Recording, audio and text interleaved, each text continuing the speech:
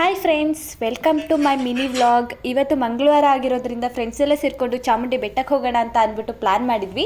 So Chamundi ಬೆಟ್ಟಕ್ಕೆ ಬರೋದು ಸ್ವಲ್ಪ ಲೇಟ್ ಆಗಿತ್ತು. ಯಾಕೆ ಅಂತ ಅಂದರೆ ನನ್ನ ಫ್ರೆಂಡ್ ಒಬ್ಬರು ಶಿವಮೊಗ್ಗದಿಂದ ಬರಬೇಕಾಗಿತ್ತು. ಸೊ ಅವ್ರನ್ನ ಪಿಕ್ ಮಾಡ್ಕೊಂಡು ಬರೋ ಅಷ್ಟರಲ್ಲಿ ಸ್ವಲ್ಪ ಲೇಟ್ ಆಗಿತ್ತು.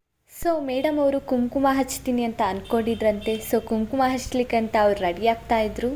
ಹಾಗೆ ಬರಬೇಕಿದ್ರೆ ಅಲ್ಲಿ ಕೋತಿಗಳು ಕುತ್ಕೊಂಡು ಆಟಾಡ್ತಾ ಇದ್ವು. ಅವನ್ನ ನಮ್ಮ ಫ್ರೆಂಡ್ಸ್ಗೆ ತೋರಿಸ್ಕೊಂಡು ನೋಡಿ ಸೇಮ್ ನಿಮ್ಮ ಥರನೇ ಇದ್ದಾವೆ ಅಲ್ವಾ ಅಂತ ಅವ್ರಿಗೆ ರೇಗಿಸ್ಕೊಂಡು ಹಾಗೆ ಮುಂದೆ ಬಂದು ಹಾಗೆ ಇವರಿಬ್ಬರು ಕುಂಕುಮ ಹಚ್ಚಲಿಕ್ಕೆ ಅಂದ್ಬಿಟ್ಟು ರೆಡಿಯಾಗಿದ್ದರು. ನಾವಲ್ಲೇ ಅಮ್ಮನ ಪಾದಕ್ಕೆ ನಮಸ್ಕಾರ ಮಾಡಿಕೊಂಡು ಸ್ಟೆಪ್ಸ್ ಹಟ್ಟೋಣ ಅಂದ್ಬಿಟ್ಟು ಸ್ಟಾರ್ಟ್ ಮಾಡಿದ್ವಿ.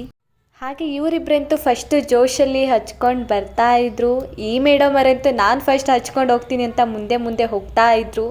ನಾವು ಸ್ವಲ್ಪ ಸುಸ್ತಾಗಿತ್ತು ಅಂತ ಅಂದ್ಬಿಟ್ಟು ಅಲ್ಲೇ ಕುತ್ಕೊಂಡು ಸ್ವಲ್ಪ ವಿಡಿಯೋನ ಕ್ಲಿಕ್ ಮಾಡ್ಕೊಳ್ತಾ ಇದ್ವಿ.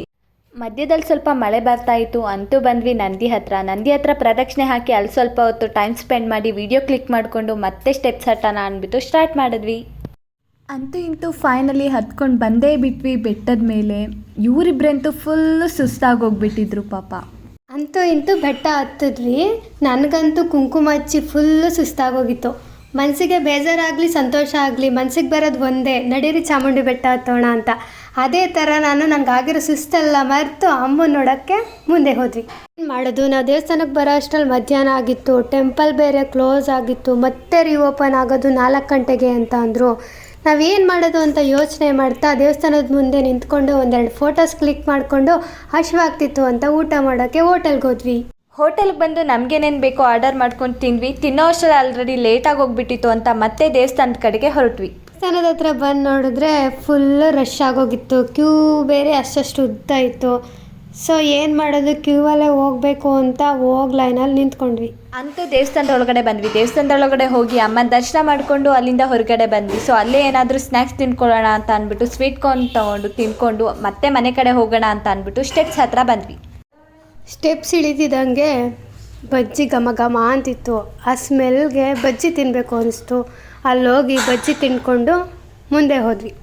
ಹಾಗೆ ಅಲ್ಲಿಂದ ಇಳ್ಕೊಂಡು ವ್ಯೂ ಪಾಯಿಂಟ್ ಹತ್ರ ಬಂದ್ವಿ. ಆ ವ್ಯೂ ಪಾಯಿಂಟಿಂದ ನಮ್ಮ ಮೈಸೂರನ್ನ ನೋಡೋದೇ ಒಂದು ಚಂದ ಅಲ್ವಾ. ಹಾಗೆಯೇ ಅಲ್ಲಿ ನಮ್ಮನೆಗಳು ಎಲ್ಲಿದೆ ಅಂತ ಹುಡ್ಕೊಂಡು ಕೂತ್ಕೊಂಡ್ವಿ. ನಮ್ಮನೆ ಅಂತೂ ಸಿಗಲಿಲ್ಲ. ಅಟ್ಲೀಸ್ಟ್ ಮನೆಗಾದರೂ ಹೋಗೋಣ ಅಂತ ಅಲ್ಲಿಂದ ಇಳ್ಕೊಂಡು ಬಂದ್ವಿ. ಅಲ್ಲಿಂದ ಕೆಳಗಡೆಗೆ ಬಂದು ಅಮ್ಮನಿಗೆ ಮತ್ತೆ ನಮಸ್ಕಾರ ಮಾಡಿ ಇನ್ನೊಂದು ಸಲ ಬರ್ತೀವಿ ಅಂತ ಬಾಯ್ ಹೇಳಿ ಆಟೋ ಹಿಡ್ಕೊಂಡು CBS ಹತ್ರ ಬಂದ್ವಿ. ಇನ್ನೇನು ವರಮಹಾಲಕ್ಷ್ಮಿ ಹಬ್ಬ ಇರೋದ್ರಿಂದ ನನ್ನ ಫ್ರೆಂಡು ಶಾಪಿಂಗ್ ಮಾಡಬೇಕು ಅಂತ ಅಂದ್ಲು.